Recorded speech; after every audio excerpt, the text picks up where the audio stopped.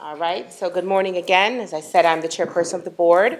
And this legislative breakfast is an annual opportunity for our community of elected officials to convene with the Board of Education and staff to discuss CCPS's priorities that impact our school system, as well as education throughout the state. It is also an opportunity for our delegation to bring forward questions, ideas, or potential litigation related to issues that affect our public schools. As we continue to serve our over 28,000 scholars across Charles County, our legislative priorities reflect both our responsibility to provide a safe, equitable, and rigorous education, and the realities of the policies and often unfunded mandates that shape our work. Today, I want to highlight three core areas where partnership with our legislators is critical. The first is maintaining local control. Second is interagency communication that ensures both safe schools and continuity of services. And finally, addressing the funding challenges associated with the implementation of the Blueprint for Maryland's Future. Thank you for your participation this morning and for your ongoing support of our public school system. We have a packed agenda this morning. Mr. Eric Schwartz, the staff attorney, will start us off by discussing the Board of Education's legislative priorities, followed by the proposed bill submitted by the Board of Education regarding the student member of the board, affectionately known as the SMOB, her compensation. Dr. Navarro will then speak to the interests, or our interest in this upcoming legislative cycle regarding improving data sharing systems related to juvenile information throughout the state. And finally, Ms. Karen Acton, our CFO, and Ms. Chris Miller, the Blueprint Coordinator, will spend time unpacking some of the funding challenges associated with the Blueprint as to better inform any decision-making at both the local and state level. Following these presentations, we have allocated time for questions and answers. And also prior to adjourning, we would love to hear from our delegation regarding any potential legislation you intend to introduce in the upcoming session. But first, let's begin with introductions, and we'll begin with our Board of Education. So starting to my right is our Vice Chairperson, Ms. Nicole Kramer. Good morning, everyone. Welcome. Ms. Daughtery Butler-Washington from District 3. Good morning, everybody, and thank you for wearing maroon. All right. Mr. David Hancock from District 1. Good morning, everybody. Good to see you. Our newest board member, Ms. Bridget Patterson from District 4. Hi, good morning, happy Tuesday. Happy Tuesday. Ms. Jamila Smith from District 2. Hello, good morning. Ms. Samisha Thomas, also from District 1. Good morning, thank you for coming this morning. All right, thank you. Dr. Navarro, if you could please introduce yourself and your staff. Good morning, everybody. Maria Navarro, Superintendent of Schools. Kevin, why don't you start us off? Sure. Good morning. Good to see everyone. I'm Kevin Lowndes, Chief of Teaching and Learning. Good morning, Linda Isaacson, Chief of Schools. Good morning, welcome Mike Hunt, Chief of Operations and Supporting Services. Good morning, Linda Majors, Chief Community Development Officer. Good morning, Charmaine Thompson, Chief Technology Officer. Karen? Or Eric, I'm sorry. Eric Schwartz. Good morning, Karen Acton, Chief Financial Officer. Good morning, Crystal Holland Miller. I am the Blueprint Communication Coordinator. And behind Delegate Davis is Shelley Mackey and Ms. Joy Weaver. And Sandy is also our newest member of the board as well. So we're all here. All right, thank you again. Next, do not see Commissioner President Ruben Collins. Commissioner Thomasina Coates, if you could please, if you want to bring any brief remarks, welcome. Just good morning, and thank you for the invitation. My apology for Commissioner President Ruben Collins. He's attending EDD, and I'm sure he'll be here after this. Yes, So, ma'am. good Thank morning, you for everyone. joining Thank us. you so much. Thank you so much.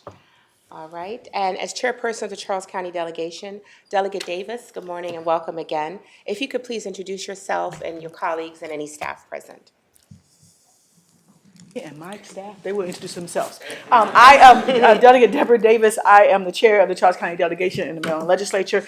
I bring regards from Senator Michael Jackson, who is, he said jury duty, but we all know he's got 7 days left. So if he spends it in jury duty, that could be his cover. But anyway, I'm delighted to be here to share ideas, and I'll let Delegate Patterson introduce herself. Good morning, I'm Delegate Edith Patterson. I represent you in District 28, the General Assembly, but I'm also chair of the Southern Maryland delegation, which is Calvert, Charles, and St. Mary's. And thank you for hosting breakfast for us. And Yes, ma'am. we have another person who's. Good morning. I'm Isaiah Lucas, legislative aide to Senator Ellis. Senator Ellis had to be in Annapolis this morning, so I'm just here to take notes and report back. Thank you, sir. I do want to send my regards for Commissioner Patterson. He was unable to make it today. Sorry about that. Thank you. Okay, thank you, thank you. Any other staff present on behalf of any of the delegation? If not, I saw Mr. Heil. Oh, if you could please, sir. Sean Heil, President of EACC. Appreciate all of you taking the time to have this thoughtful discussion this morning. Thank you, sir. And anyone who has not introduced yourself? That's you, Jake. Yes, that's Jake, and, do you want to start? Yes, ma'am. Oh, go ahead. Me? Yes, Oh, yes. hi. I'm Alicia Dini. I'm a principal from Montgomery County. I am shadowing Dr. Navarro today. Thank you for welcome. welcoming me. Yeah, welcome. Thank you for joining us. Good morning, everybody. I'm Wes Adams. I'm the county attorney. Danielle Mitchell, Acting Deputy County Administrator, and Commissioner Stewart is en route, just so you know, she'll be attending. Thank you. Good morning. I am Jake Dyer. I'm the Director of Fiscal Administrative Services for Charles County Government. Thanks for having me. Thank you, and thank you all again for joining us. Okay, Mr. Schwartz, if you could, sir. You've all received packets that were on the table. If you open up the packet and look on the left-hand side, there are several documents I'm going to be referring to as discussion of our legislative positions. The first document I'm going to be discussing is this document that's in white. It looks like several pages. Pull that up. These are our legislative positions that we've adopted over the years, and we update each year to explain our general positions on issues that have occurred in Annapolis each year. I don't want to read the whole document. You can certainly refer to it, but I do want to refer to one particular paragraph on the second page, second paragraph down under unfunded mandates. As we all know, funding is very tight this year. It's going to be even worse the next several years coming forward, and that applies not only in Annapolis and to the county commissioners, but to the Board of Education as well. And we are very concerned that the General Assembly may be looking at adopting positions and bills this year that could have a financial impact on us that may be hidden, might not be as obvious. Obviously, there are fiscal notes put forward on each bill each year. I think we need to really pay attention to those, and Board of Education and our colleagues around the state and on other boards of education will be providing information to legislative services on unfunded mandates and what the fiscal impacts are going to be. But this is really a big concern of ours this year, that there are going to be hidden costs to a lot of the bills that are coming forward in Annapolis. We recognize that the bills with the biggest fiscal impacts are going to be the ones getting the most attention. But some of the other bills as well are going to have a lot of impact on us that might not be as obvious. We'd really like the delegation to pay attention to those and to reach out to the board as those bills come forward if you're having any questions about what those impacts could be, because we will have as much to say about that as we can possibly say to you on those kind of issues. If you have any other questions about any other positions, I think most of our positions are pretty straightforward and obvious. We have these same positions each year. If you have any questions about that, I can certainly try to address those, or the board can address it. Otherwise, I'm going to go to a particular bill that we're introducing this year to you, which is the second handout on that side of the packet. It's the one in yellow. It's concerning compensation for the student board member. As you may know, the Board of Education established a committee of Charles County citizens in 2024 to look at the compensation for board members, including the student board member. That committee included representation, including Mr. Heil from EACC, as well as representation from AFSCME and other Charles County citizens. And they looked at the compensation to our board members and our student board member, comparing not just our compensation to what other boards around the state are receiving, but the history of our compensation as well. And among the recommendations that committee came up with was to increase the compensation for the student member of the board from a $1,000 scholarship for higher education at the end of the term to a $5,000 scholarship at the end of the term. The committee considered the fact that compensation for the student member had not increased over the last 10 years, and they also looked at the fact that the student members' authority, which is now a voting authority, had increased, and the amount of time and effort that the board members put into that service has increased as well. And we think that the $5,000 scholarship is more reflective of what that commitment is today. It also compares to what other boards of education give their student members around the state, including Howard and Montgomery County, which also give a $5,000 scholarship to their members. The increase would take effect not for the current sitting student member, but for the student member serving starting in July of 2026. This proposal was put forth to the county commissioners, and they included this in their packet of suggested bills for the delegation to consider for the 2026 session, and the board also encourages your support. So if there are any questions about that, I can try to address that. I'm looking at the form. What is the current salary or compensation for the board chair? The board chair currently receives a compensation of $7,000 a year. And the vice chair? The vice chair receives compensation $6,000. Other members receive $6,000 a year. All right, and so for the student, the proposal is to have a compensation of $5,000? A $5,000 scholarship to higher education, correct. Okay, and, okay, to me, well, thank you. Did you want to add something, Delegate Patterson? Well, my whole thing is that we have had this discussion before. This is for 2026. I think when you talk about compensation and responsibilities, et cetera, then it's almost as if, all right, you used my frank comments, right? I think that it would be better to have a package. If you're going to compensate the student member, you should also have a package to increase the compensation for board members. I think it certainly, for me, I don't see the justification for having that level of increase. Now, are you doing it for 2026? I'm being recorded. Okay. Okay.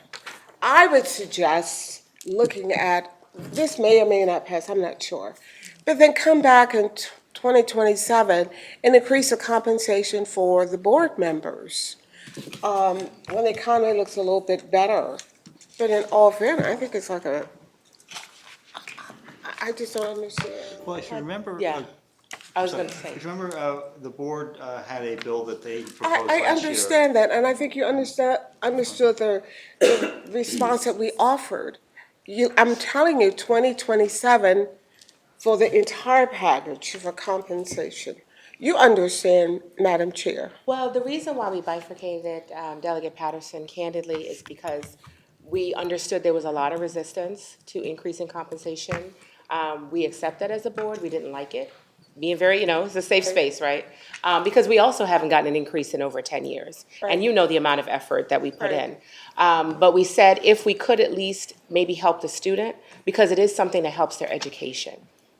And the student, we just last night had a student town hall that our student members spent a lot of time preparing for, that she did a phenomenal job of hosting. They generally put in a lot of hours. And $1,000, you have a granddaughter in college, that doesn't do very much. So we're trying to at least ensure, it's just being candid. I have a child at the same school at Howard University. And so we wanted to make this something that hopefully would adequately reflect the significant amount of time and effort that the student member puts forward. So we said, okay, if there's some resistance or reluctance to having the board compensation addressed at this time, I personally don't think a $4,000 increase that would help the student pay for school would be something, it's not gonna negatively impact our personal budget, this is speaking in my own individual capacity. And I think it would go a long way towards helping the students at a time when, as you know, what's going on federally and with a lot of the uncertainty. So that's my personal justification. I'd like to see our student member be as supported and compensated as possible. I appreciate that explanation, and I'm certainly cognizant of that. But I also want to put an addendum to make sure that it's not just the student that we're looking at, that ultimately down the road, to also to compensate the board members as well. Oh, we're on it. Yes, ma'am. Okay. So hopefully we can count on your support, Delegate You Patterson. recognize this is an unfunded mandate, right? You just gave a big speech on unfunded mandates. No, ma'am, this is compensation Okay. for work. No, it's unfunded. Thank you so much. Thank you, Delegate Patterson. Any other questions or comments?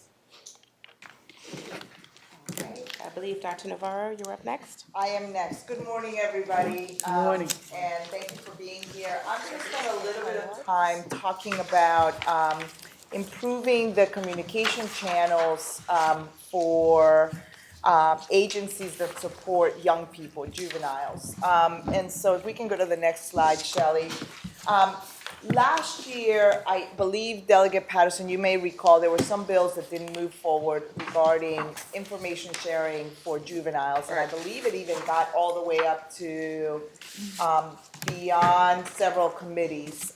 And there were reasons for that. I think the bills were tied to several other bodies of work that that overall the delegations were not comfortable with.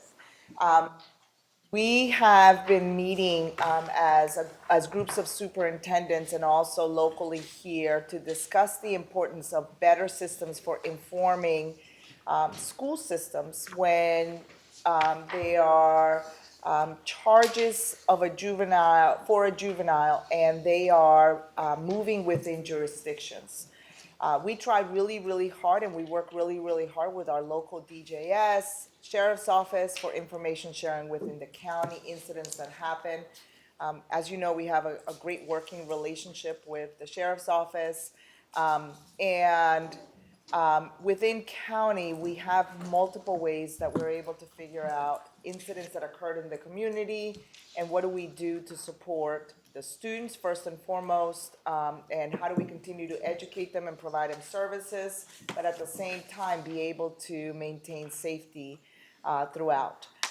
One of the things that is going to be important is that this information sharing across jurisdictions becomes a little bit more difficult. And we've had, not in Charles County, but in other jurisdictions, times when young people have moved from one county to another and information has not become viable.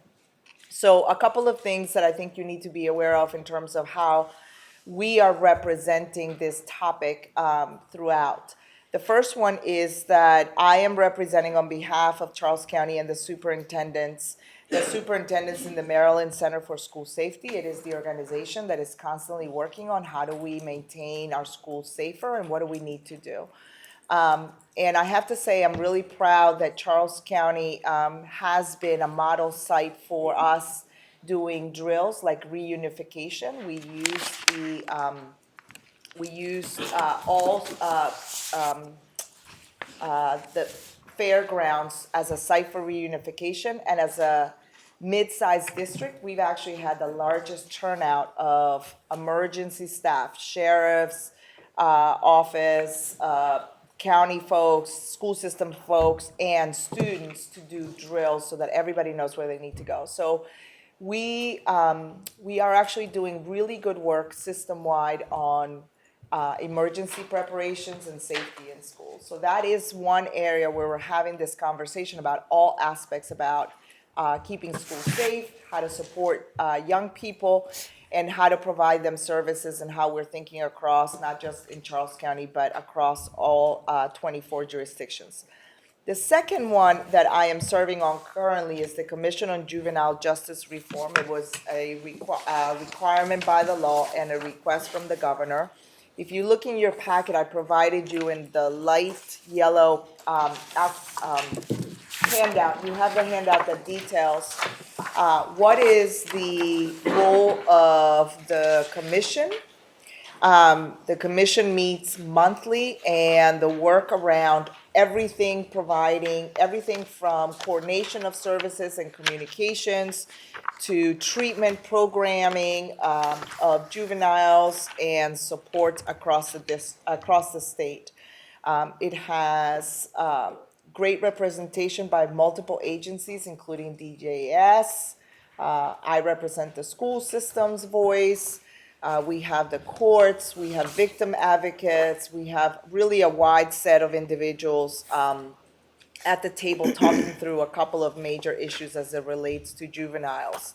But one of the things that I think is going to come up here, we did not draft a local bill, but I believe that in this session, I know there's jurisdictions that will bring forward a bill discussing this coordination of communication, and we would like you to study it very well and see its need, at least for the school system. So let me go a little bit more into detail. So if you look at the slide that's currently up, these 3 bullets were from the superintendent's organization gave testimony on exactly what we wanted to see in a bill. This particular language was tied to the reportable offenses bill last year that you recall that eventually didn't move forward with amendments. I believe that this language may come forward this time around as its own bill and be uncoupled from the reportable offenses bills and laws that currently exist. And just hone in on the importance of having a main agency like MSDE be the place where information is shared. One of the concerns that is brought back in this conversation is concerns about young people's information and data sharing at a time where there's charges, but there hasn't been a ruling in the courts about those charges. So one thing that I think the bills that you will see will have is that this information is only shared at the superintendent level as necessary. And it's not the information sharing that typically occurs between agencies. It is important for us to know so that we can properly prepare the right education setting for young people while they're getting services and while we think about also the right setting for their educational services and the impacts it'll have on their peers. So I just wanted to make you aware that this is going to be this language is probably going to come across in a couple of different bills, but the intentionality, I'll be looking at it closely, and I'm happy to provide my feedback to you as these bills come out on which one I think best captures our intentions here. Do you have any questions or comments? I'll also ask our board too if they have any questions and comments about this. Have something, Delegate Davis? I'm thinking. She's thinking. You're thinking, okay. Which work group were you part of, Dr. Navarro? So my specific work group is group 5, work group 4, Juvenile Justice Process and System Coordination. That's my deep dive. We all belong to this was the original group. They've added me since, because you see superintendent pending, and now it's me. And then we, Three. Okay, group 3. And they meet on a monthly basis as well, the commission meets. I will tell you that one of the latest developments on the last, and these are all recorded meetings, so you're welcome to go back and watch every single meeting that either one of the work groups has or the commission has.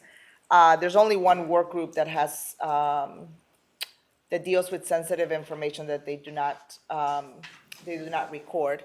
But at the last commissioners' meeting, one of the recommendations that the commission voted on that they're gonna bring forward is to move away from mandatory, I'm forgetting my terms, of juveniles, mandatory Reporting? as adults, mandatory charging as adults. So Maryland right now has about 31 charges that will have a young person be charged as an adult. And the commission just voted, not unanimously, to bring forward a recommendation to do away with that. And I would say if you're interested in the juvenile justice reform, they had really strong, compelling evidence of why the charges for juveniles need to start in juvenile court, which can make the decision to charge up as an adult, but they need to start regardless of the charges. So it's a very interesting group of individuals because there's a lot of positions around juvenile justice reform. But the bill that I'm talking about is information sharing with the school system.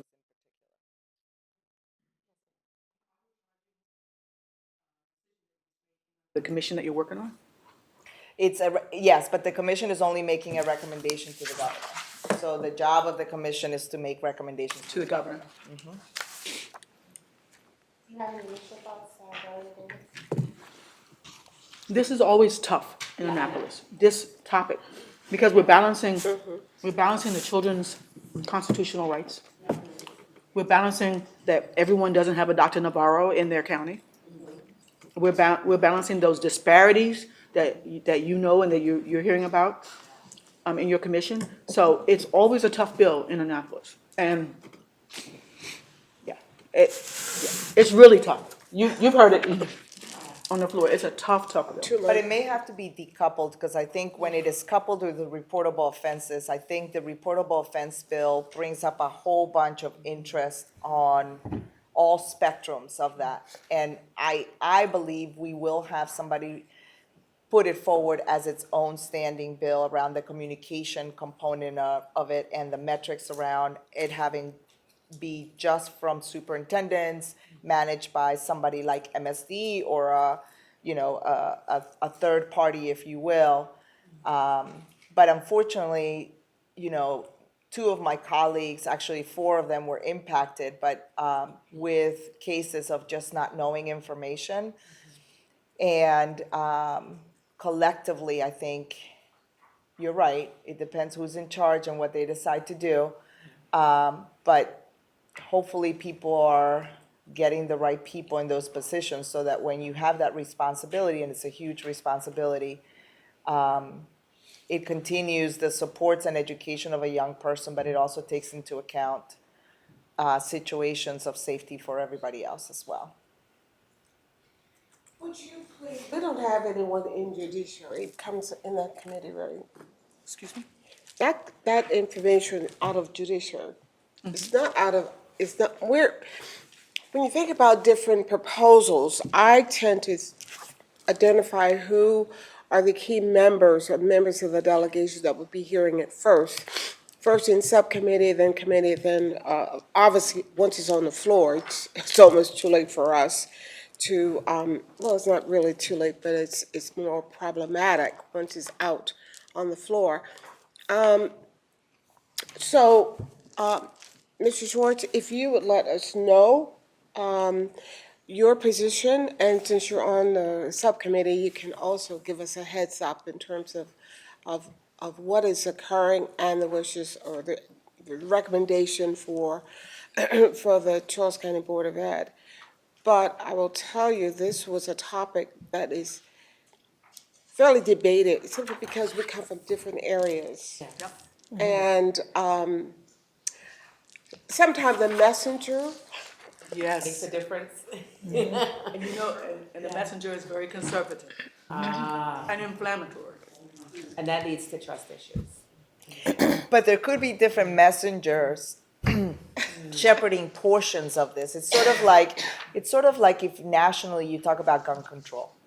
It sends all kinds of, juvenile justice reform is a complex conversation, because you're sitting around the table with the governor's commission, with both victims,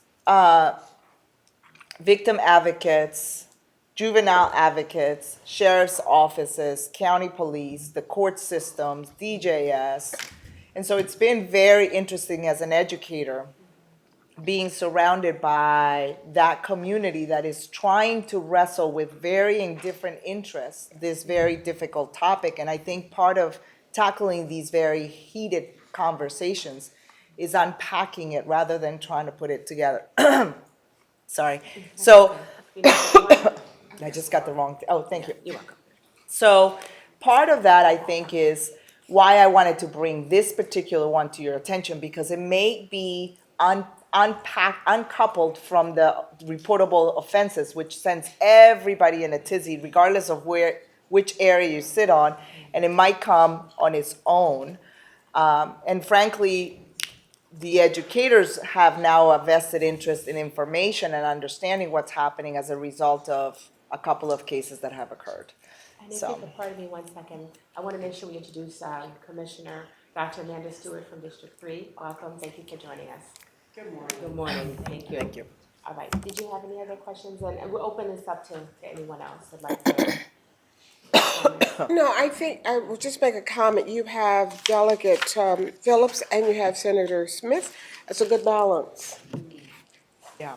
Delegate passes, David's like, I'm not touching It it. depends. You also have the chair of the Criminal Justice Public Safety Subcommittee for the Black Caucus. That's me. Okay. And yes, so we're very critical of these bills and how they affect our community disparate. And that's fair, you know, that's definitely fair, because there's definitely some history there. I would just echo what Dr. Navarro was saying, that essentially, you know, and I appreciate how you phrase it, Delegate Patterson. Not everybody has a Dr. Navarro that is equitable, that is balanced. Yeah. And so I think that's why, for me, it's important that it start with us.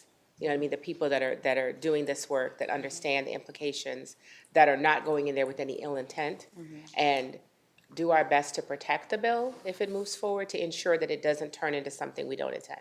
Because we know there are people that are always ready to candidly be ready to lock children up. And that's not at all what we're suggesting or proposing. So I appreciate that. And within your system, you can talk between schools, right?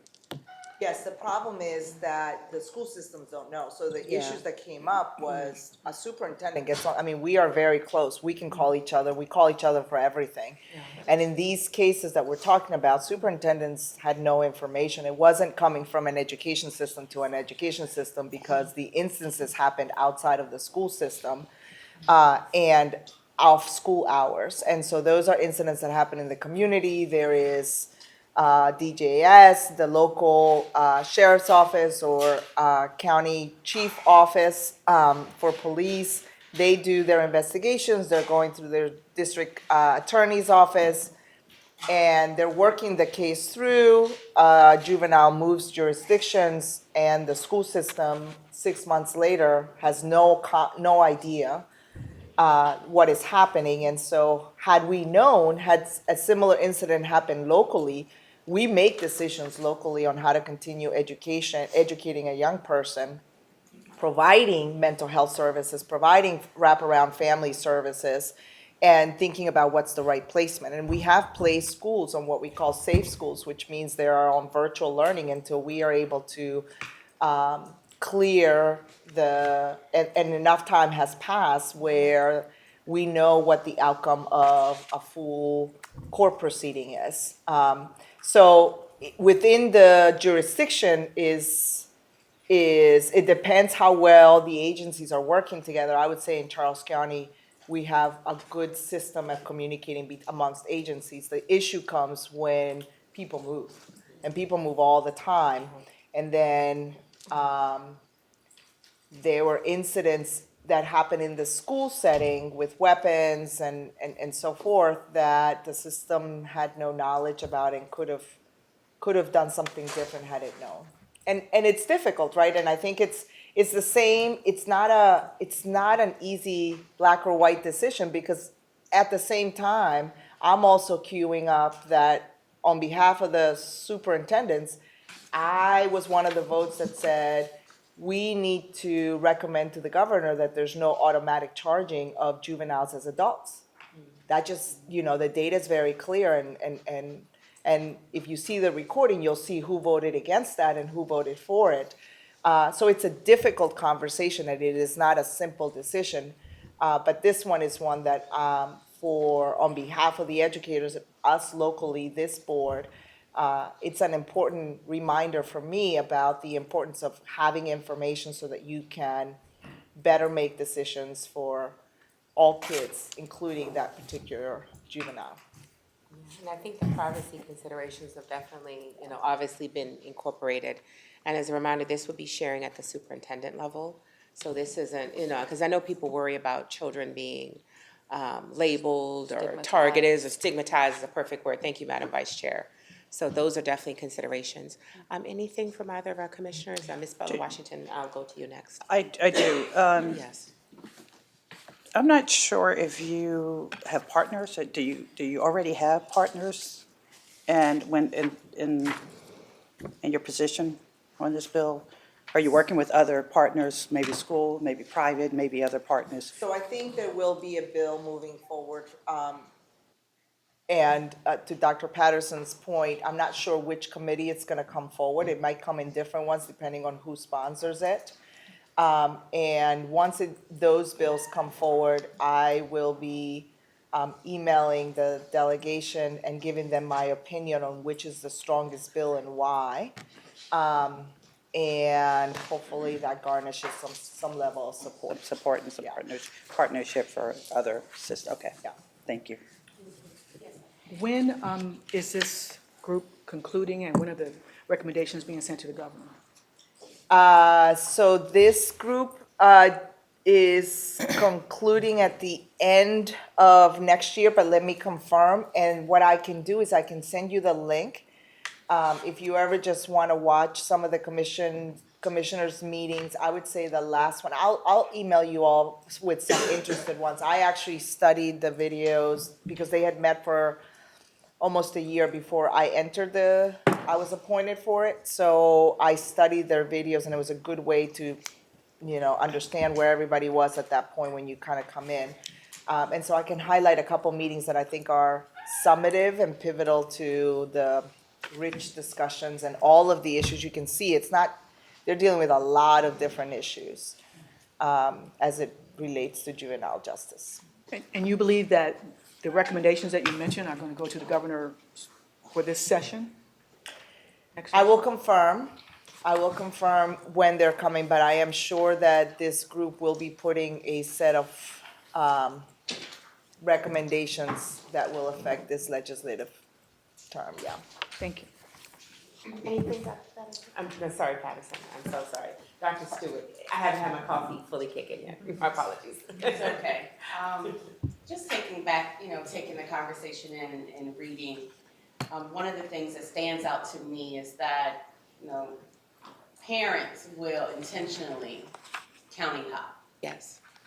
So when you have a county who internally have a good communication system, a parent will decide to move to another county because they're hoping that within the state, the counties are not communicating with one another.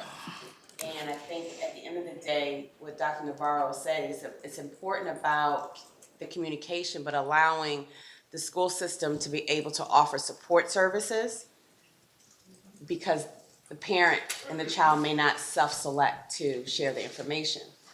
I think when this discussion is had in Annapolis, I think one of the important parts of the discussion should be that we all have a responsibility not to just protect that one child, but to protect the entire school community.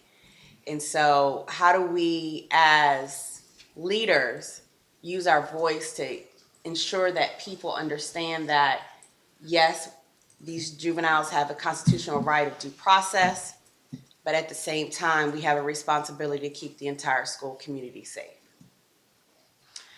With that being said, one of the things that I thought about is when you talk about like higher education, most universities and colleges, they have in their boards, in their policies, that when a student is charged with a certain level of offense, the student has the responsibility to self-report. And I was just reflecting on that to understand that the school wants to know that information because they have a responsibility to keep the entire school campus safe. And so, but they're adults, right? But that's a difference. But at the end of the day, it's all about safety for the entire school community. So I just share that it'll be interesting to see what comes out of Annapolis, and if our delegates really, my only ask would be in conversations to make sure the conversation stems around the protection of all members in the community, the school community. And maybe just focusing on communication, maybe you can get the bill passed. So that was my thoughts. Thank you. I wish it was that easy. I know, right? I wish it was that easy. If it was, it would already been solved. But I think it's really great to have a courageous conversation and to unpack, like Dr. McGraw, unpack some of these sensitive issues and to be able to get at least the communication piece passed. Point of information, when there are complex issues, there are commissions.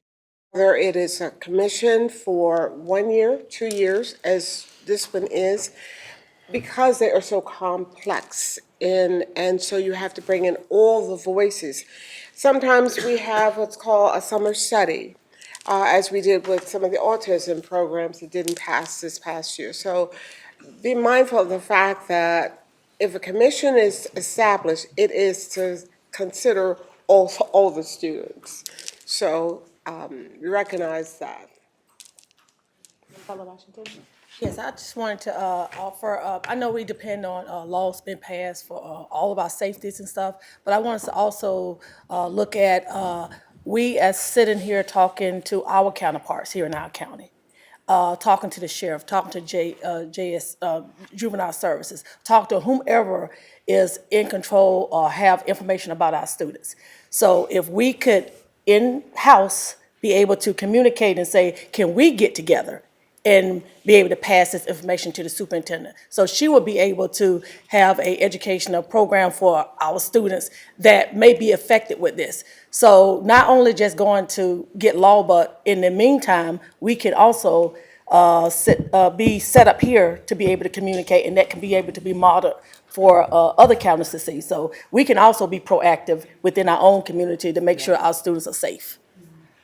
So that's one of the things I want us to think about, because we know as laws, different senators, different delegates, people feel a different way. It might or might not get passed. So I don't want to wait that late. So if we could be able to be the voice at the table for our own county, that would benefit our students and us at the same time. How we can strengthen our internal communications. Yes. Yeah, that's definitely always something we need to consider.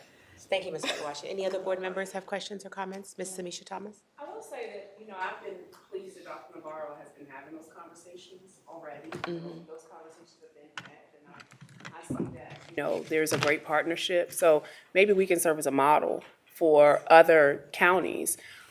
Charles County has been doing that in a variety of ways, serving as a model. And I think being able to serve as a model for how we can do it well, and then be able to model that for others, I think would be a good thing. So the current work that we're doing, the partnerships that we have with our sheriff and the conversations we're having, to continue that and further that so it can serve as something that can proliferate through the county, maybe get some, support in Annapolis would be great. I'm a big proponent of incremental progress. Absolutely. We absolutely have some very, very tough challenges ahead of us, and there are things that I think we must address sooner rather than later.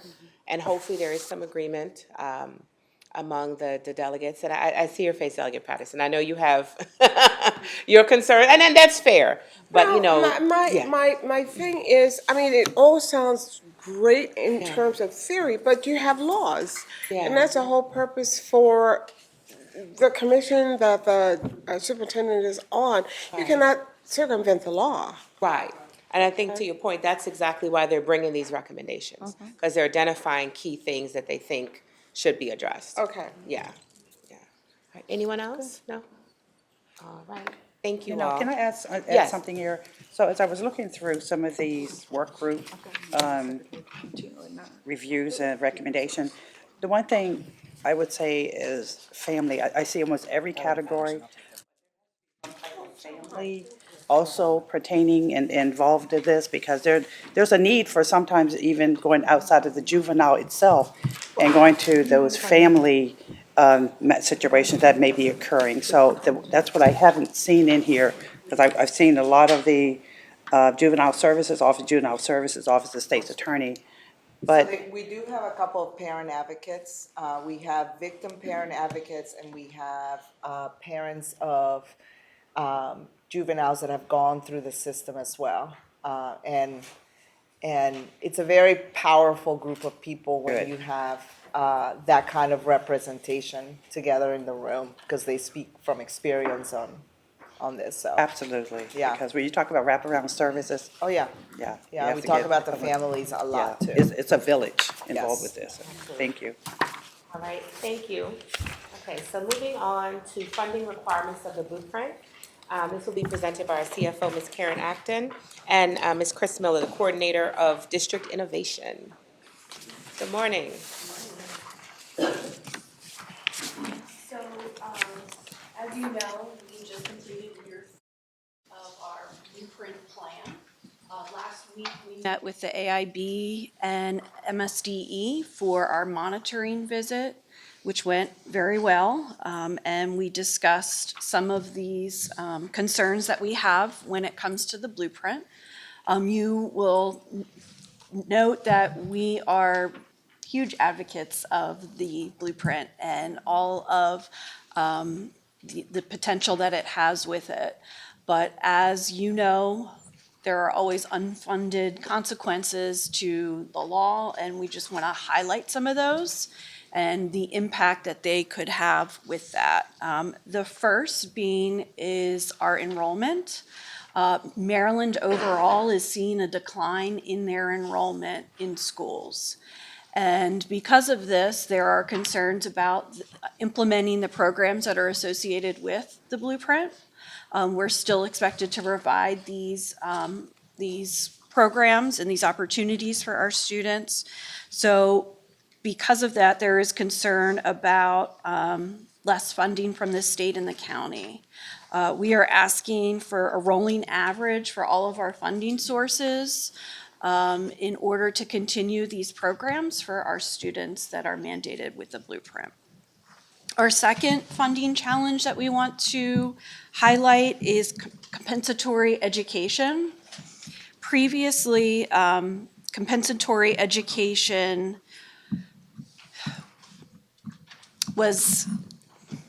we identified students who receive additional funding with compensatory education with direct certification, including SNAP or Medicaid.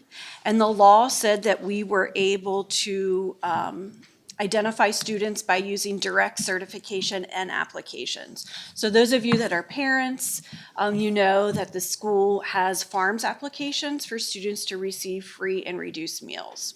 So previously, the law stated when we got our compensatory education funding that we were able to count both direct services and applications. Now the law says it's or. So it's either direct services or applications. So we're leaving out students that need additional funding because of this, and this is something that we hope can be changed in the law so that we can go back to identifying compensatory education services for direct certification and FARMS applications. Not the or, but the and. So also we have concerns about the national board certification requirements of our assistant principals and our principals. Currently in the law, our principals will need to be nationally board certified in order to be principals in Maryland schools. And so the licensing requirements in COMAR are a little different for principals and assistant principals. They don't necessarily align with the national board certification process. So we have been asking we're asking you as our delegates to advocate on that on behalf of our principals and our assistant principals that requirement is not mandated for them to be nationally board certified. And then last but not least, we want to talk about the 75-25 funding formula that follows the students. And while we certainly recognize the importance of as much money as possible following the students to the schools, there are some concerns about how that is determined. So if we could go to the next slide, please. I wanted to show you two different schools in our district. So we have School A and School B that have around the same number of students at their school. So School A has a low farms number, low multilingual learners, medium number of pre-K students, and a low special ed number. Where School B has a high farms number, a medium multilingual number of students, higher pre-K numbers, and medium number of special ed students. So you can see that the two schools, even though they have a similar number of students, School B gets about $1 million more funding than School A. The concern with this is that the services still need to be provided to the students. And the funding, if you look at the numbers for School A and School B, those numbers are based on a previous year, the year before, and we know that our students are very mobile, right? They do move within the district, they move out of the district. And we are also impacted by redistricting. As you know, we just opened Thornton Elementary School, and so there we have 9 schools that were impacted by redistricting this school year because they were redistricted because of the new school opening. So we are looking at their budgets and the students that were enrolled last school year in order to make the 75-25 mandatory minimum school funding. So what we're looking for is some flexibility when it comes to minimum school funding. Instead of doing it by school, if we could do it by LEA, by our district. So if we looked at all of the foundation formula and we were able to spread it across all of the students and all of the schools, so we make it an aggregate total by the county and not by each individual school. Anything to add to that, Karen? Sure. So one thing that I want to highlight on the comp ed funding, if the law is not changed to go back to and instead of or, we stand to lose about 20% of our comp ed count. I believe the intent of the law, this was in the law from the beginning, so it's not something that was changed, but it's the blueprint, yeah, state, yeah, exactly. So And I don't know what comp is. compensatory education, sorry. So those are based on farms numbers and yes. Free and reduced meals. Yes, sorry about that. So when you fill out this form that provides to the state what our numbers are, as Chris was explaining, the law previously said and. So if you're direct certified, you have, SNAP benefits or you have Medicaid benefits, you go. Foster students. Yes, all of that is in one column. But if you don't have that and you've provided an application that, can get you certified, we were able to count both. Now, with the way the law is written for this year, we can only count one, which would most likely be the direct certification because that's the larger of the numbers. But for us, it would severely reduce our numbers under compensatory education. So, while as Chris said, all of the CFOs are very supportive of what the blueprint was intending to do, which is to improve outcomes for students. But the reality of the reporting that is required is kind of an accounting exercise, which doesn't help any student achieve. Because we are not reporting in the aggregate, so I have to report by school, then, I'm making journal entries and I'm moving things from here to here so that it meets the obligation. And I don't think that was the intent of the law. And we also have the reporting requirements around the blueprint are pretty strenuous for our staffs to do. So some of us have had, some of the CFOs and the LEAs have added staff to be able to handle this. We are not one of those. So it is very tough to do this. So what happened was in fiscal year 25, that was the base for us. And we are supposed to improve by 50% this year, and then we would be meet the full 75% in the following school year. But it is not an exact science, and it is very difficult. So the waiver, if we're not going to make the improvement this year, we're supposed to do a waiver by December 1st. Well, what happens when I have teachers that have retired, and so now I no longer have that salary at this school? I have children that have moved around, and I have to decide in December whether we are going to make those numbers or not, and there's no opportunity to do it later in the year. And if we don't have a waiver and we don't make the improvements that we're supposed to, then the state can withhold funding from us. So, we also would like to ask that there be the ability to ask for a waiver later in the year, because December 1st means that school just started. I'm not even going to have a good idea at that point of which schools will meet the way the law is currently written by all of these funding categories. So, the other part of this is that how many data points it is. So if 42 schools and each one of them have to meet all of this at 75%, that's a lot of data points to go through and say, okay, so this school is going to make it on this, and that one's not going to make it on that. It's a lot. Here's a quick question. If you are able to capture what that 20% of that comp ed count in terms of numbers, do you have an idea what that would be? Just to make it a little bit more real. Yes, so I don't have our numbers for this year. Okay, just last year, sure. I look at the form, we Yeah. had about 12,500, and we would go to under 10. Per student. If we're just counting the direct certification. Okay.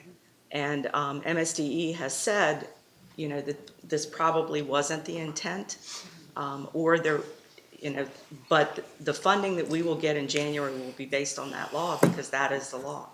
So hopefully we can get it changed before we get our final numbers. So based on last year, it's a difference of about 2,000 or 2,500 students, if I'm, okay, go ahead, Dr. Navarro. Per student? Yeah. Per student? No, I think there's the total number of, when you say from about 12,000 to about 10, you're talking about total number of students? Yes. Yeah, okay, rather than the per student cost. Okay. Right. Okay. So we just threw a lot at you in terms of the blueprint, and I just want to condense it a little bit at a high level. As you're aware, the enrollment of hold harmless is basically the request that the population of kids has not gone up as expected, and the schools are requesting that legislation that comes forward allows a hold harmless status so that we don't have a huge fast decline in funding changes from year to year. That's the hold harmless component, right? It's a question, at the end, it's going to be based on what else, and this does have a fiscal component to it, and it's just the request to hold harmless, because there will be legislation coming, I think, from the boards, the Association of School Boards, the Association of Superintendents. They're going to be mobilizing bills to hold school systems harmless, because they'll show you the data of the drop across the state. Everybody has seen that. We haven't seen as much of a drop, but we saw a drop. The comp ed is a continual discussion. The governor's office had worked to try to come up with a new model. But right now, with everything that is happening, with who gets certified, who is not, the intent at the beginning was that we would have potentially be able to better figure out how many communities are of high need and certify those schools. We have what we call CEP schools, which I think we have 12 of, that feed every kid no matter what the status is. All of these changes in how to certify that a kid that is experiencing levels of poverty right now is very all over the place, honestly. And so the problem with the comp debt and the funding that we get is that there will be bills from the masterminds of of CFOs throughout the county on providing some level of flexibility on how to deal with the comp ed funding structures to public schools. And I think it is going to be important that we get as much flexibility to identify every single kid that's impacted by poverty correctly. And right now, we don't feel like we can do that very well. Yeah, because on average, we have roughly 50% of our students in climbing, unfortunately, impacted by poverty. So And that that's, needs to be, well, yeah. that's when we define it based on free and reduced meals. And it may not, it may be higher also if we define other barriers. point. So I think that's an important fiscal component of how that formula is done. The national board certification requirement for principals and assistant principals and its national board certification is a teacher's requirement. The blueprint has it there for administrators with a well-oiled machine that put it in there many, many years ago. And I think at this point, there will be a bill that will come forward to move it to later on. But national board certification is a lot of work of being in a classroom. And we don't pay our principals and assistant principals to be teaching in a classroom. They are supposed to be in classrooms observing instruction, everything else, but that component of having that additional time and creating all that work is just not the work of administrators. That's simply put, it's just not the work of administrators. It is the work of classroom teachers doing their work. And so that's why there's going to be a bill coming to not have that happen. And then the aggregate of minimum funding reporting. This is a case in accounting nightmare. Karen won't say it, but it is an accounting nightmare of what people are spending a lot of time figuring out. So for example, in Charles County, we would purchase our math curriculum in bulk. It'll come to Kevin Lowndes' office. We would do one purchase order, a couple $1 million for our English curriculum, and we would tell the company, deliver it here, here, here, here, to all of our schools. Now, we have to, and it was paid by one office, and it was one purchase order, and it was delivered throughout. Now, it is a decoupled purchase order by building, by kid, that follows every single kid. And so what used to take an hour to process, which is, order the ELA curriculum into reading, for those of you who have elementary school students, now takes 40, 50 hours of people's work throughout the organization to get them out there. The purpose in the blueprint is that the neediest populations who historically have been underserved in public education, such as students with disabilities or multilingual learners or students impacted by poverty, that there could be a way to codify that the dollars intended for them, which is through the law, really do follow them. And there's no argument that intentionality and that reform has to happen. The devil's in the detail. And so now we're 4 years into the blueprint implementation, and the devil's coming out with details, which is the CFOs are saying the point of where you need to be looking at this needs to be bigger than just the kid that walked into a building. It's got to be the building, school, or the systems of buildings, because sometimes we have a very small number of multilinguals growing at Mount Hope Nanjemoy, and we have to code their ESOL teacher to that school, but there may not be enough of them, whereas at JP Ryan, there's a lot of multilinguals.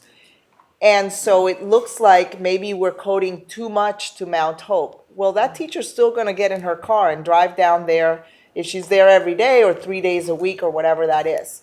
So the exercise is not a perfect exercise, because no matter what, we're still going to provide those services. The accounting component becomes much more rigorous and sometimes doesn't make sense. And so then you run the analytics for a Mount Hope, and then you run the analytics for a JP Ryan, and you're saying, well, JP Ryan needs to have more funding for these reasons. And sometimes it's just quantity of individuals. but we still need to provide services out to Mount Hope. And so what I think you'll hear is a series of bills being introduced that try to maintain the integrity of what's in the blueprint law, and at the same time, just make it manageable for us to track and to really codify decision-making about getting the resources to the kids that need them, to those places that need them, but given flexibility in how much of an accounting exercise that is. So I think that is one of the other bills that are going to bubble up this term that we think it's important to pay attention to, because it makes sense in the way that it still keeps with the intent of the law, but it's better to execute. Otherwise, it's just not going to be. And I would say the AIB, MSD, and the other groups of educators, I think it's worth watching what they support as well in terms of these bills, because they've been studying it too. So each of the problems that you've mentioned or concerns that you've mentioned, they're statewide issues, right? None of them disproportionately affect Charles County. That's my strongest argument when I get to Annapolis. Hold on, Charles County's here, this disproportionately affects us. So we want it changed. All right, so that's my strongest argument when I get there. Other than that, I'm one of 141 people in the legislature. In the House, all right? So understand that, that my one view, and then it's gonna come out of the Education Committee. It's gonna come out of the Education Committee. I'm not gonna get a weigh-in necessarily until it's time for 141 people to vote. So I understand that, and I just wanna let you know, the strongest argument I have is that this disproportionately affects Charles County. That Charles County is going to suffer from this disproportionately from anybody else in the state, and I need to advocate for that. Just understand that that is a position that's my strongest position, is that. And it's so important to know, though. I appreciate the knowledge so that I know what my county thinks, but also, this is it's pretty broad. It's going to come out of the Education Committee, and when I see it come across the board, I'll ask questions, and I'll know how you feel about it. So this is really important. But I was sitting here the whole time thinking, why doesn't this click for me? And it's because when I get there on January 14th, things are going to start rolling. Education Committee is going to have all this stuff in their hands, and they're going to be talking to the advocates. They're going to be talking to Sean, and they're going to be talking to those people, and they're going to be making those decisions. And there's probably not a reason for me to scream until you guys call me and say, this disproportionately affects Charles County. Do you get that? Yeah, and we're gonna have to look at the numbers close. We're early enough, we do these legislative breakfasts early enough to say, here's where we are, our penny points, so that when we circle back, and you're right, when it comes back to you, and as we have in previous times, we bubble up. Yes. Here's now the numbers. When we get closer to numbers, we can say, okay, we cannot let X or Y happen because this is what's gonna happen locally. So, absolutely. And I could also add that, as you know, Dr. Navarro is part of the public school superintendents. I serve on the board of directors of Maryland Association of Boards of Education. Absolutely. So I can certainly take on that responsibility to help coordinate with our other LEAs to say, hey, these are the things that we, as the entire system, are identifying that we have concerns. They don't always, to your point, align, because there's some jurisdictions that have very, very interests. There's some counties don't even believe in the blueprint. Why is the blueprint a thing? Exactly. No, that ship has sailed. But where we can, yes, that part, where we can collectively have a show of strength and what we can agree on advocating for, because MABE's positions are very similar, and candidly, National School Board's positions are also similar. So happy to share that. Yes, Madam Vice Chair, and then Ms. Smith. Thank you, Madam Chair. And I was just going to add to Delegate Davis, and for everyone else's benefit, as Madam Chair said, we serve on a lot of the state committees, so we're on the Legislative Committee as well, and so a lot of these discussions are happening right there.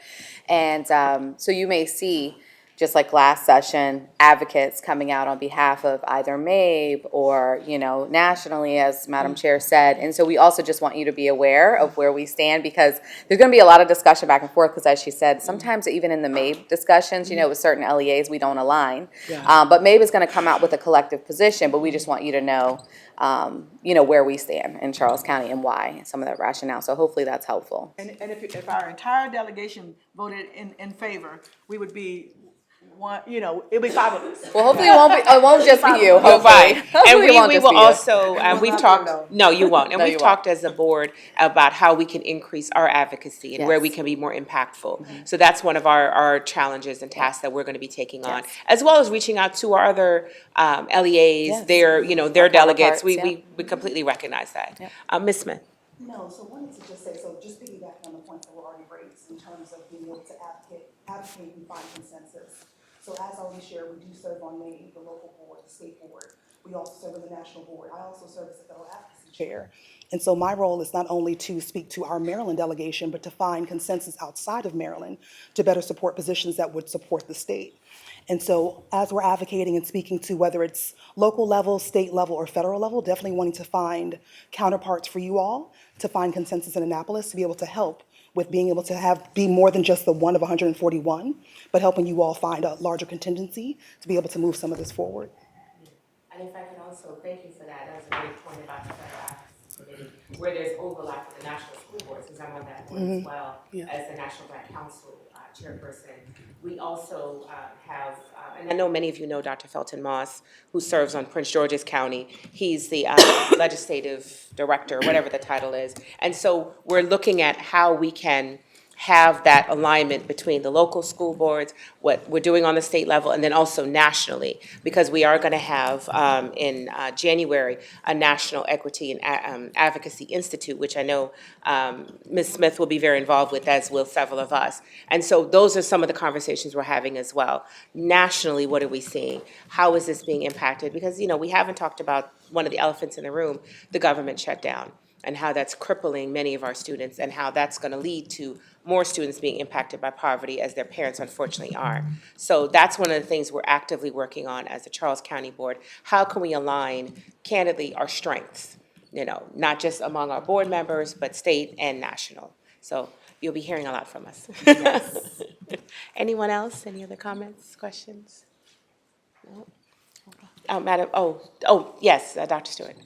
Just wanted to add on, we were talking about working with partners to get the messaging out. And what Delegate Davis said about how she needs to know how is this going to affect Charles County.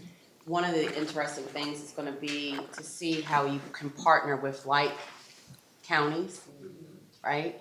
Because how it impacts us is going to be different from different types of counties. Especially when we start talking about the comp ed funding. And also when we talk about counties that have different amounts of students that have, that fall into ESOL. So that'll be really interesting to see what type of data you can have from Charles County, but specifically liked counties to give to the delegation. Last year, I remember sitting here and speaking up against the NBC requirements for assistant principals and principals. And again, as an educator, it just doesn't make sense. And we want our administrators to do their job and their role. One of the things that I think the folks in Annapolis and across the state needs to recognize, that when school districts do hire and school boards appoint assistant principals and principals, if a teacher has national board certification, that is something as a plus, right? And then it gives the opportunity for the school board to say, okay, we want to hire this person as a principal because they have the certification. So it should be a plus, but not a requirement. The question I had with respect to what you were talking about the application, the and/or services and/or application. How did the county, when it was and/or, how did the county ensure that students weren't being counted twice? So we have a pretty in-depth audit process in our food and nutrition, and they do monitor that, and it is checked. The other issue that becomes complicating is the CEP schools. So they have to have a certain percentage of direct certification, basically. They've already received certain farms benefits. But we can no longer get applications from any of those parents. We cannot solicit the applications. So if they have 60% farms, there's 40% of that count that we can't get unless they're able to do an application as well. So, you know, none of our CEP schools So are. CEPs. Yes, I can't think what the name of it is, but basically that's where they get the free breakfast. And anybody know what it is? They have a minimum qualification standard where we feed kids throughout. We don't ask if you're in need or not because they meet a minimum threshold. Right. It's I'm breakfast trying and to. lunch, is that correct? There you go, thank you. Community, Thank you. yeah. Community eligibility. Provision, thank you. So the state designates those schools, and then we accept that we're going to participate in that program. But those schools are not, you know, like 90% certified. So there is that gap that we're losing because of that program, which was part of what Dr. Navarro was saying, that the hope was by fiscal year 27 that the state would have come up with a universal application that would resolve that issue. And that's why I think the law was written to be or by 27, but that hasn't happened. So now we're at a disadvantage in being able to, you know, to get the right number of parents. So I don't want to confuse people that this doesn't affect them. They can be approved and receive free breakfast and lunch. We just can't count them for our compensatory education funding. So we're losing that funding. We're not losing the food funding. So it's two different things. Yeah. Thank you. The reason why I was asking is I was wondering if the law was changed based on the concern of over-reporting. So that's why I was asking. So thank you. Mr. Hado, I don't want to put you on the spot, but if you'd like to share anything, I want to make sure that you have. I just, in regard to the NBC, we have a situation right now in Charles County where we have a staff member who's a principal who's NBC who's not getting the funding for NBC because he's not considered student-facing.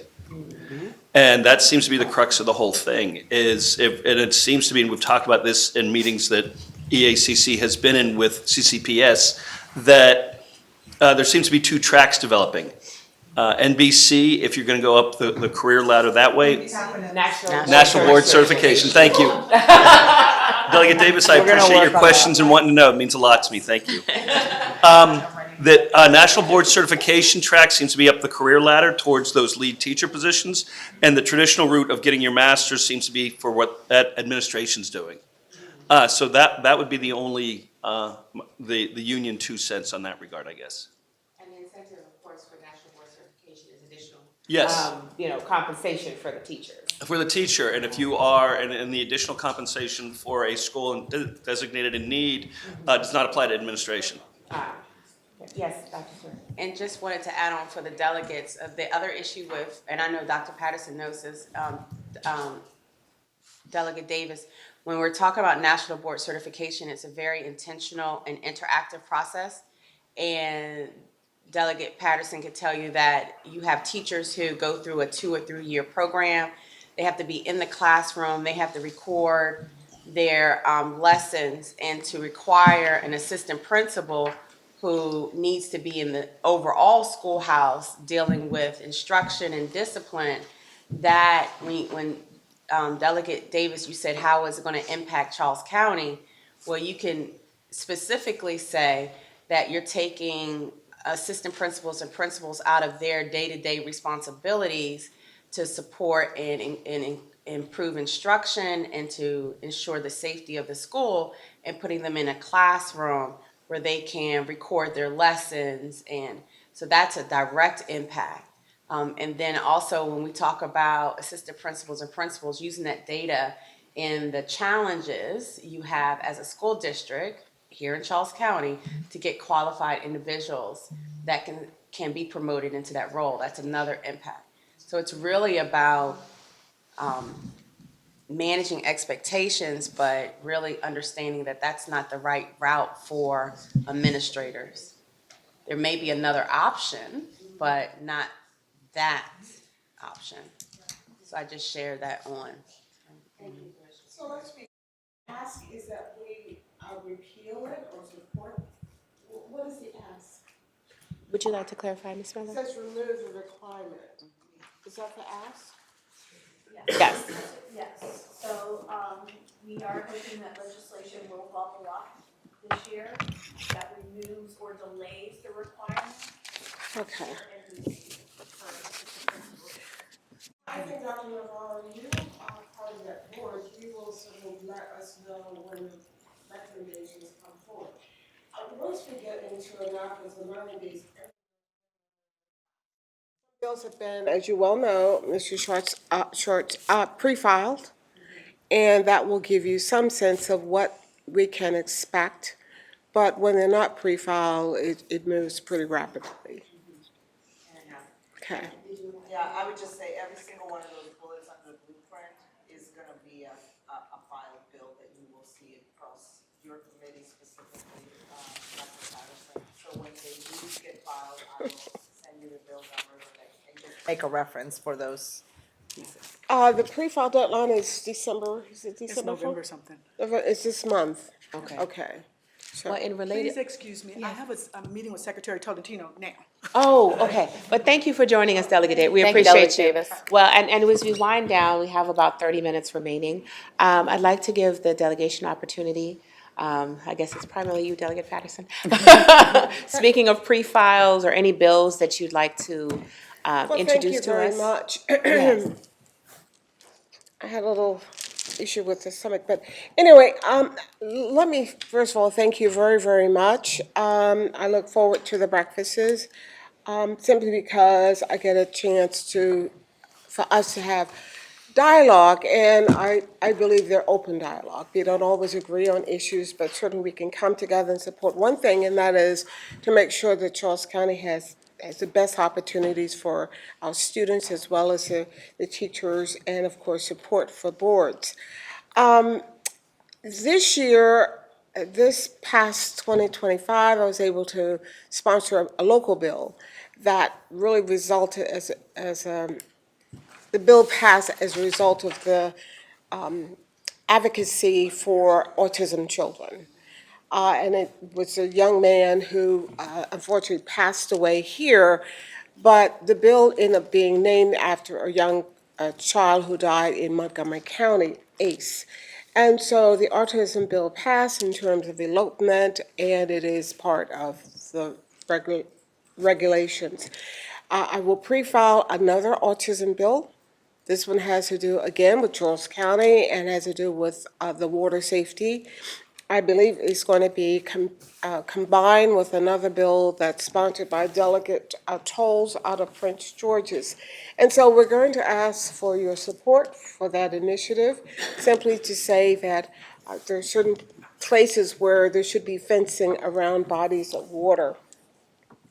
The other has to do with sickle cell disease, sickle cell awareness. Again, it is a result of a Charles County resident who had some issues with sickle cell in terms of the Maryland Health Department. This bill has a focus on higher education, community colleges, etc. It passed the House, it did not pass the Senate. And so we're counting on outside agencies such as, I know Board Member Butler Washington, your sorority, Zeta Phi Beta sorority, has an initiative, awareness of sickle cell disease. So we're counting on you, as well as Delta Sigma Theta, Alpha Kappa Alpha sorority, and of course Sigma Gamma Rho, as well as others. Why is that important? Because again, when you have initiatives, it is, and the reason the bill failed in the Senate, because I didn't have enough people to testify. And so I thank you in advance for your support for the sickle cell bill that passed, and hopefully the sickle cell bill that we'll put forth again. My other colleagues, Delegate Wilson, has economic matters. He is very fierce. He's a fierce advocate. And then we have Delegate Harris, who is on appropriations. And luckily for us, appropriations, they deal with money. And so there's some capital projects that we're looking at to support the county. But I do have an ask of you, as members of the Board of Education and the superintendent. I believe 2 years ago, you offered that when we have concerns, I'm just speaking for myself, concerns, that you share them first with you. And I have done that, and I appreciate that very, very much. I listened last month, maybe it was this month, to your Board of Education. And I heard concerns from teachers about teacher burnout. And some of the people I knew, particularly from District 2, Lackey High School, et cetera, they testified, et cetera. And so I know that we cannot legislate information or to help teachers in that respect. But my question is, and maybe it's not a legislative, but more in practice, how is the board responding to the burnout issue, teacher burnout issue, or even any staff burnout for that matter? So we have decided with EACC that we're gonna bring in a group of educators together and work through discussing workload and looking at what is on the plates of classroom teachers, what we're asking, what can we do? Because one of the things that we know right now is that we have to balance everything that's coming at us and lots of different things. One of the things that I think you'll hear at your level that we didn't address today but will come up in education is all of the things that are happening all at once. The implementation of the blueprint, the requirements of the blueprint, in addition to additional requirements that are coming at the state level from MSD down, and additional layers that we self-imposed ourselves. Those are all layers that we're trying to unpack and figure out. I think, and you know, Sean is here also, and I'll let him kind of talk from his vantage point, but I think part of when we find ourselves in situations of pressure points to our most important employees that impact our student success, which are teachers, my suggestion is let's get around the table and let's work through what we can do. And some of that advocacy will be local. It'll be because it is at the local level, at the superintendent level, at the central office level, some requirements that we are going to need to shift and change. Some of those requirements, it's going to be with shared lobbying with the superintendent's groups, MSEA groups, back out to say certain things need to change because we're seeing an impact in the workload of our teachers in a negative way, right? And some of those things are going to be things that we are actively working through with requirements at the state level. We're having discussions around requirements in mathematics, for example, that we're trying to figure out how to do that are coming down the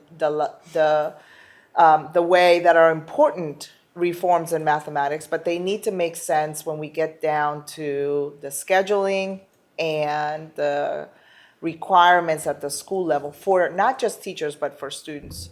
So I would say that we're getting together and doing work sessions, multiple hour work sessions with everybody involved in this discussion is kind of how we are starting to work through that. Sean, I don't know if you want to. If I could add one thing briefly, Mr. Howe. Most of us attended the Maryland Association of Boards of Education conference about 2 weeks ago. And this is one of the questions I posed directly to the state superintendent, Dr. Wright, around teacher workload, because we have heard a lot about that on the MABE Board of Directors, and as our Vice Chair mentioned, within the Legislative Committee.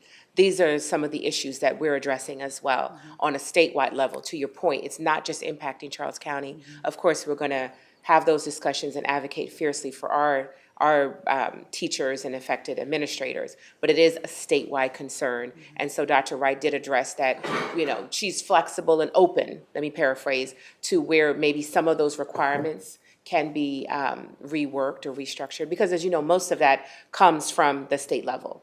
And those are the things that they have to implement. But Mr. Howe. Delegate Patterson, I just want to thank you for your sensitivity to this issue. This is an extremely important issue facing educators right now. Yes, absolutely. I appreciate you lifting it up. As Dr. Navarro said, there is going to be a joint committee with EACC and CCPS staff working on addressing specifically workload. I know at the October Board of Ed meeting, there were 9 educators who spoke specifically addressing workload, and 2 of those were from Lackey. I'm not in any way, shape, or form implying Lackey is an island that is experiencing what nobody else has experienced. I'm saying that they're advocating for the issue that you're addressing. The problem, as I see it, is that there seems to be an open door policy on adding things to educators' plates and not about taking anything off. And that seems to be, to me, the crux of the problem is that from the county and the state, things keep getting added, and everybody acts like there's an endless amount of time to complete those tasks. The 2 things I've been lobbying for as president for all my educators is time and compensation. And those are the 2 things all educators want. Time to do the job and do the job well, and compensation to get a professional reflection of the delivery on that job. We will be coming up, EACC will be coming up 4 times, and we'll be sending you out, and we have our own legislative reception coming up in December, so we welcome the continuation of this conversation. Thank you very much, because I will share with you, and you well know, we are asked every session to add more information about financial planning, add more information about whatever, and we always push back and say, we don't have enough time in the curriculum, that it will be adding additional requirements without taking anything out will certainly deteriorate the whole purpose for public education. And I use the word public education because that's what we're focused on. So thank you very much. Yes, Dr. Navarro. The only thing that I will add is that we really need to, so thinking about the blueprint, the 60-40, right? The idea that educators are going to be, in the next couple of years, classroom teachers teaching 60% of the time and working on other areas like supporting each other and doing some learning area 40% of the time. We got to get the math right to do that. I mean, I think last year you heard a lot of discussions and concerns about stopping sort of some of the defunding of the blueprint because of the need to keep that funding there to move forward. And I think there will be a lot of discussions around making the formula, looking at how the formula was derived and whether the formula is correct in then meeting the expectations of the blueprint. And the concerns there are the only way to meet the law can't just be by having increased class sizes so that you can meet the requirement of the 60-40. It is a tricky conversation because we are in a time when the resources are not fast flowing. And so that's just gonna have to be informed decision-making best possible in terms of what the requirements are versus what the funding that dictates these requirements really is or is not for the LEAs. I'm glad you indicated that last year the blueprint funding was under attack. But that was a priority for both the House as well as the Senate to keep to restore it in place. Maybe that's why the formula changed. Because there is a savings for the state, right? Correct.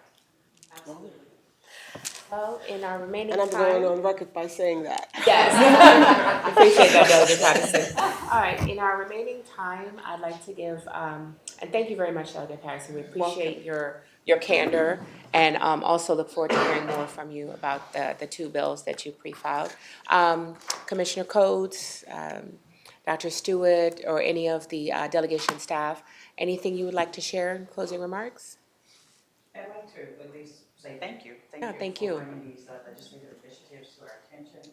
I'm sure we will be hearing a lot more about them as time ma'am. goes on. Can count on it. And any impact to our children also impact our community and families and the like. So thank you very much for what you do, and keep doing what you're doing. And we look forward to more involvement in conversation. Thank you. Dr. you. Stewart? Yes, thank you, again, for organizing and having a robust conversation. One of the things, my takeaway is, big picture, is the conversation regarding juvenile justice communication. I think that would be key. Being able to have a win or success coming out of the term this upcoming session would be great for all Marylanders.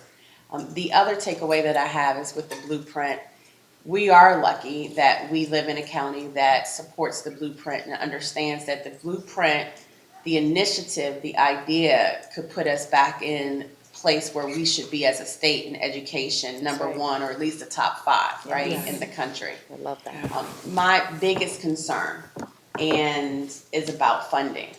And one of the things that I've always stressed is that if we're going to make laws and make requirements for school districts, the funding needs to be there. And clearly, in cost savings, like the Delegate Patterson, Dr. Patterson said, that change saved the state money. But at the end of the day, we have to be very careful about instituting requirements and not providing the school district the funds to be able to do it. So I'm very concerned about that. Not only did the state decrease the funds for the school districts, the state reduce the funds for MSDE in implementing the blueprint. So all around, everyone got cut. So hopefully we can come out of this session with restoring funding, or at least at the minimum, putting a hold on some of the requirements that's costing the school districts funding that they really truly do not have. So with that, I just thank everyone for their time and information. It's been very informative. Thank you, Dr. Stewart. Mr. Heil, any closing remarks? I just appreciate the acknowledgement of CCPS to invite EACC to make sure that we're all hearing the same information at the same time. So that, and we'll be seeing you all again in December for ours. So. Yes, Yes. sir. Looking forward to it. Very much so. All right, we can close out with board members. Ms. Samisha Thomas, 1 minute closing remarks. Sure. I am very appreciative that you all are hearing some of the things that we have to say. As you know, we are supporting things at the national school board levels as well as Maryland. I serve on the policy committee for MAID. And one of the things that we are working on is trying to make sure that the LEAs are all aligned. It's an uphill battle. Because as you know, the LEAs are all different. They all have competing and conflicting needs. And we do try to build consensus at that level, which I think will be important. And where we can help you all build that consensus, please let us know, because we will continue to try to use influence and consensus building in order to do that. I'm also, very sensitive to the workload issue in my other life. I do a lot of human capital work. And from a human capital perspective, I think being able to look at ways that we can support the teachers with, process redesign or use of automation in order to make some things of the administrative side easier. I do think we can do the hard work in our county of having the discussions so that we can support the teachers, because burnout is a big thing, and also making sure that we do not have our human capital impacted, right? We can't do the work if we don't have the professional educators to do it. So I do appreciate all the support we can have, and I look forward to more collaborative work that we can do at the national level and throughout Maryland. One thing that I did want to raise, and I don't know if it'll come up in any way, is I had a specific conversation, I think it's the second time I've had it with the superintendent of Maryland, about the fact that with the blueprint, the one thing that we do need is we need professionals that can support for the career and the career teaching, education, and technology for students. We have IT programs, we have engineering programs. The people that can best teach those programs are not traditional teachers. And so if we want to find ways that we can support that, one of the things we need to do is look at a non-traditional way to recruit those people to come into our school system to teach, whether it's welding or cosmetology. We have engineering, we have health, allied health. The superintendent had used that model in Mississippi. And I have been encouraging her to think about using that model here so that we don't have all of the certifications required to be a teacher, but we can absolutely use their skills to come teach within our school system. We talked about using an adjunct model that they use in colleges, so we can have someone come here for a little while, teach some of those career programs, and then go back to their regular life, which would be good for our students because they're bringing industry knowledge and it's current for students. So I would like to raise that. If you hear that at the delegation level, please, ask questions about how we can help, because that gives us also some more resources for teaching within our system, which may help with teacher burnout. So thank you so much. Let me just say, you're right on target. Functional, what is it called? Functional training zone. Yes. Is they have professionals Yes. who are interested in working with schools. They work with Prince George's, Montgomery County, District of Columbia. They have not been successful here. Quincy Robertson is someone that we had a session on economics and economic development, et cetera, and they were there. These are professionals who are with the federal government or in industries who are committed to work with schools to explain to students and share their careers, how they got there, what's expected, et cetera. And so you're right on target. They are interested in being engaged with Charles County. Yeah. And I've discussed with him in the past. as well. Functional training Functional zone. training zone, yep. I've spoken with Mr. Robertson as well several times, and I do think it's something, we have a great opportunity to take some of these retired federal employees to come in, so. So just wanted to briefly say thank you so much for attending the breakfast. It's very important not only to be able to share our perspective and sort of what's happening in education, but also to hear from our elected officials and our county officials in terms of what's happening as well. As you can see, we are a very active and engaged board. We serve not only here in Charles County, but on the state level, and many of us in other respects on the national level as well. And we endeavor to not only bring what's happening well in Charles County to our sister counties and to the state as a whole, and kind of having Charles County be that beacon where things are working well, but we also endeavor to bring things back in terms of what we can help to improve learning and listening to others around the state and around the country. But in that engagement, we also endeavor to be partners, sounding boards in drafting bills, bringing forth concerns or issues or promising practices to our elected officials as well. So this breakfast is very important, but I hope and I know that it will continue, but ensuring that the conversations continue well beyond us sitting around this table. So thank you again for your attendance. Thank you. Ms. Patterson. Hi, I just wanted to say that it is very evident to me today that we are all working together to achieve excellence for every student, every scholar, and I'm grateful to be here, and thank you for you all being here as well. Thank you, Mr. Hancock. Just like to thank our commissioners and delegates and county and state staff for coming. It's good to see so many of you here, so thanks a lot. Yes, and I echo everyone's gratitude as well. I just want to say thank you all for attending, for listening, for being willing to have these courageous conversations. As many of my colleagues have mentioned, we serve in a variety of capacities, and we realize that this is not everywhere in the state, that other colleagues of ours are not able to always have these conversations with their local governmental officials or their state delegation or senators, et cetera. And so we just appreciate what we have here in Charles County. And to Ms. Smith's point, I just would also like to see these conversations continue. We would like to be able to reach out to you, to help support us, and then, would like to have you feel like you can do that with us as well, so that we can continue beyond just today, having these conversations and supporting one another for the reason that we're all here, which is to support not just our school communities, but our communities at large. So thank you again for being here. Thank you. Ms. Bella Washington? Thank you, Madam Chair. I just wanted to echo what my colleagues have stated. Always enjoy these collective discussions we have, but also wanting to leave. If there anything that we can do, please let us know, because y'all know exactly how I stand. I would definitely come to each and every one of you when I need support on anything. So please, please make sure you we utilize that and we build a foundation on this, continuing on. Thank you. Thank you. Dr. Navarro?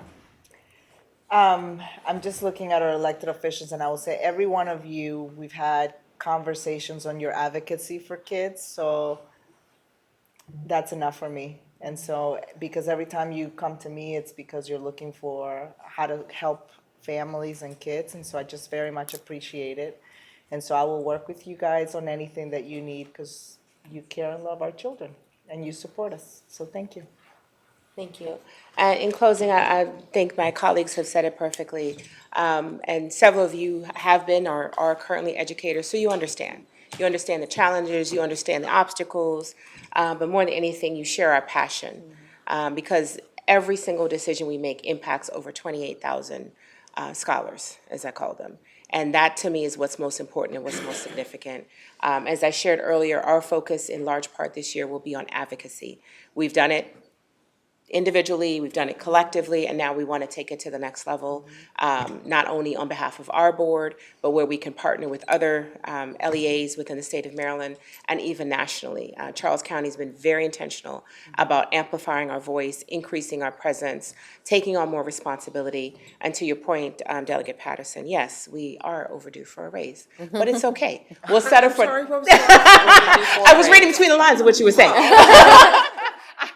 Look, I took it upon ourselves to say, maybe it's not the best year, but no, all jokes aside, that's why, for us, it's important, even if it's not something we can consider, we understand, but for our student member, because most of the things that we do, our student members right there with us. When we were there 2 weeks ago at the statewide conference, our student member was there and was advocating and spoke on a panel. Like I said, last night, we co-sponsored a town hall, and we had almost 100 participants.